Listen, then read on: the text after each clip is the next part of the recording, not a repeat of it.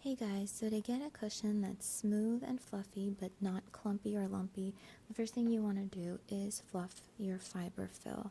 Get it nice and fluffy, activate the fibers. Then you're going to go ahead and stretch it into these sheets of fluff. We're not pressing or flattening.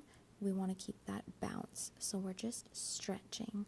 Go ahead, start with bigger, thicker sheets, lay them back in there, start all the way in the back to the corners, and build your way up. Once you have almost your desired amount of fluffiness, you're going to switch over to using thinner, smaller sheets because they're going to start folding over on themselves. So keep layering and building until you have the amount of fluffiness and fill that you want, and then you're just going to go ahead and seal it up. And that's it. So I hope that's helpful, guys. See you next time.